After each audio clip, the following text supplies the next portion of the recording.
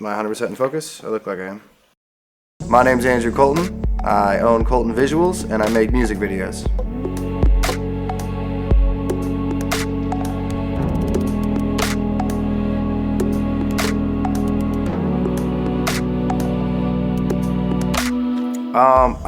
I stumbled upon them through Reverb Nation. I was, looking at the top 100 South Florida rock bands, and I just came across them. And they had a sound that sounded so unique to me. I would say it really reached what I was trying to achieve in the video, so I felt like it would be a great pair. I guess I would have to say that I've always been a huge fan of that trip hop genre, and it's where I honestly get a lot of my influence from. Growing up, is a lot of the early directors that I watch and the music videos. I always thought that the trip hop ones just had so much creativity in them, and it was so easy to just get into that zone. Just listening to that song, it sounded like something that I would just sit in a dark room and listen to and kind of see visuals with.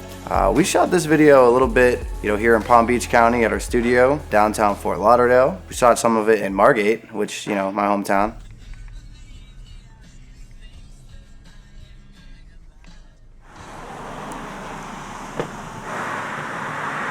We kind of went all over the place for this one. I didn't think that there was one specific area that would give us the look we were going for, so I wanted to kind of stretch it out. I just feel that sometimes when you look at night shots, or if you think about darkness in general, there's always this kind of weird feeling, with shadows. I don't know about you, but sometimes, you kind of look over your shoulder, you think you saw a shadow move. There's that saying, nothing good ever happens past 2 a.m. and sometimes I kind of like to showcase that. For the shot where she was walking down the suburban area, we put a 1.2 HMI light on a utility trailer, diffused it, and had it creeping in front of her, which gave like an interesting kind of spotlight to it, while also allowing you to see, the neighborhood and the street she was walking down. Literally did a little bit of handheld with a 120D aperture light with the light dome on it.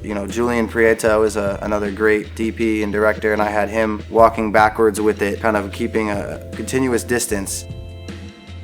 I think the girl in the video represents all of us to some extent. Your average everyday person that's just dealing with non-stop negativity that, is all around us all the time. So the shadow itself represents pressures, our work issues, our home issues. So I felt like, that shadow would be a good way to show it.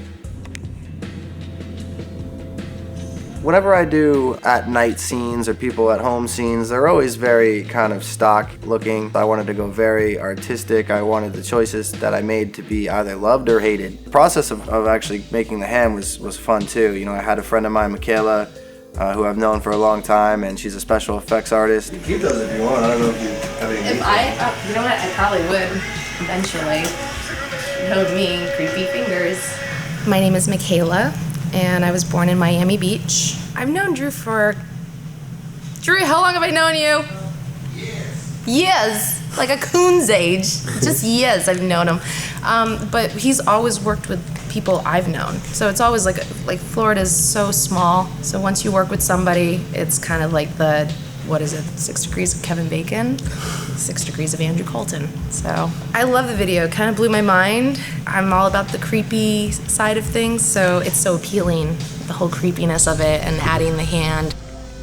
She came and took the hand that we had. We had some werewolf gloves, and she chopped them up. So Andrew had some gloves, some werewolf gloves anyways, and instead of really just starting from scratch, we just cut the fingertips off. They were a little too thick and bulbous, as I described them, so we just took some tape and bound them to my fingers, which I already have kind of creepy, bony, disjointed fingers anyways, so it just kind of worked out. From what it looks here is so much different from how it turns out with what Andrew's gonna do with it. And then of course, we got the After Effects genius Wally over here doing his thing, kind of bringing it in and making it really look like a shadow in post.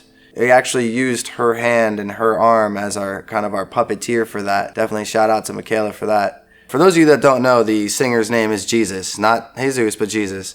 When I wrote that role, I did not know that was his name. When I wrote that video, that whole entire treatment, I hadn't even met the band. I would say come to about here, and then focus on filling in gaps. No, you were really feeling it on that one, and that's like really what we're going for. All right, let's take another take, guys. He's kind of in his own realm. You know, he's the spectator, he's the narrator, he's the one that's looking at everything that's unfolding. I mean, he can't really interfere, but he can give guidance. The sticky notes on the wall were kind of representing, you know, the guidance that he was trying to push along. I feel like, you know, some of us speak and aren't heard. Some of us push our issues out there and people just walk past it constantly. That's just a symbolism for how a lot of people kind of feel right now. Is you can't really change the minds of other people. You can't really fix other people, but you could kind of push them in the right direction.